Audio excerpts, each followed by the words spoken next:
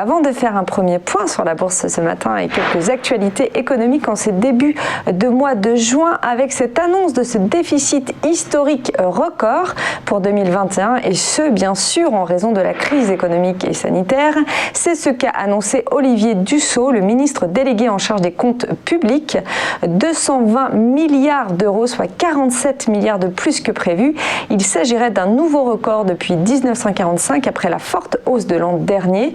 La facture du Covid est donc dramatique. Pourtant, en 2020, nous avions déjà atteint des records depuis la fin de la Seconde Guerre mondiale qui semblaient absolument effrayants. Celui-ci s'élevait à 182 milliards d'euros, 2 fois plus élevé que celui de 2019 et à un niveau supérieur de 30 milliards à celui atteint en 2010 après la crise financière.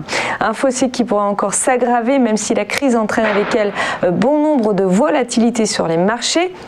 Sont pointés du doigt tout d'abord la conséquence des mesures de soutien qui permettent d'accompagner une certaine reprise économique. Alors rappelons que le programme d'aide est de l'ordre de 15,5 milliards d'euros de crédits supplémentaires, mais il y a en plus les 29 milliards d'euros de reliquats de crédit qui avaient été reportés en janvier dernier de 2020 à 2021. Un bilan donc qui plonge encore plus les comptes publics dans le rouge cette année. Notons par contre un bon point du côté des recettes fiscales avec des encaissements sur les premiers mois de l'année qui enregistreraient un léger mieux. Et toujours sur le Covid, ce constat, un salarié sur 2 aurait vu ses conditions de travail changer à cause de l'épidémie. Celle-ci aurait donc énormément dégradé les conditions de travail pour un employé sur 10, mais dans le même temps les a améliorées pour un salarié sur 20, et ce en raison du télétravail.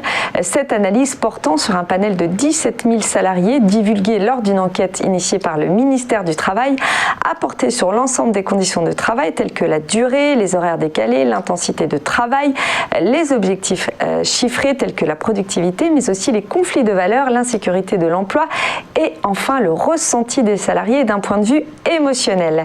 Et c'est là où cette étude est intéressante car il en est ressorti une sorte de classification des salariés, ceux pour qui l'activité a plutôt régressé comme dans l'industrie, la construction ou l'agriculture, et ceux pour qui il y a plus de travail en quantité mais une nette dégradation des conditions de travail et donc une atteinte et une certaine pression psychologique.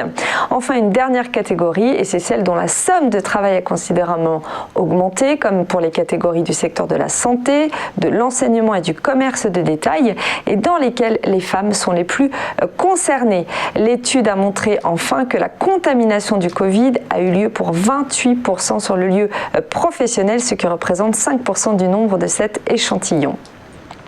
L'exportation serait la solution pour la reprise des entreprises françaises. Et oui, d'après une dernière étude, 78% des sociétés exportatrices espèrent un rebond de leurs ventes à l'exportation cette année, soit un chiffre total de 59 milliards d'euros de promesses supplémentaires en 2021. Et cette étude qui a interrogé 311 exportateurs exprime cette profonde attente envers un redémarrage du commerce mondial avec une croissance en volume estimée à 7,9% en 2021 et à 5,7% en 2022. Bien sûr, ce regain d'activité ne serait peut-être pas suffisant pour se sortir de la crise avec un déficit évalué à 125 milliards d'euros.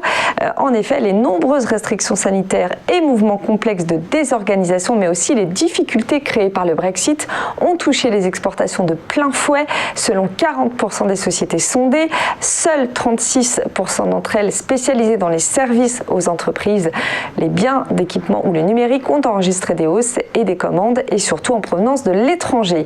La France a du reste été particulièrement touchée à 15,4 milliards d'euros avec un ralentissement des exportations françaises par rapport au dernier trimestre 2020 et ce à cause du renchérissement des matières premières qui ont creusé le déficit et plongé les entreprises françaises. C'est donc en sachant saisir des opportunités comme celle liée à la forte reprise de la croissance aux États-Unis, due d'ailleurs aux nombreux plans de relance ou grâce au rebond de l'économie chinoise dont la France pourrait également tirer parti, que nous pourrions espérer une demande plus forte en termes d'exportation. Warning bien sûr sur la Grande-Bretagne et les conséquences du Brexit qui vont peser lourd sur les échanges. Il faudra sans doute se tourner vers des nouveaux territoires comme les Émirats arabes, le Canada, le Cameroun, le Maroc ou encore le Sénégal. Un point sur la bourse maintenant avec une clôture hier en légère baisse de 0,57% dans des volumes d'échange relativement faible suite à une séance très calme. Jour férié du côté des investisseurs américains et britanniques. Le CAC, lui, a terminé en légère baisse, donc à 6447,17 points, en laissant ainsi 36,94 points. Il faut dire que nous sommes toujours tout de même sur des records assez inédits, comme celui du reste de vendredi dernier. Sur le mois, le CAC a donc cumulé plus 2,83%, clôture dans le rouge hier, mais quatrième mois consécutif de hausse avant une semaine qui s'annonce chargée avec la communication des indices PMI, le livre beige de la Fed et les chiffres de l'emploi aux États-Unis.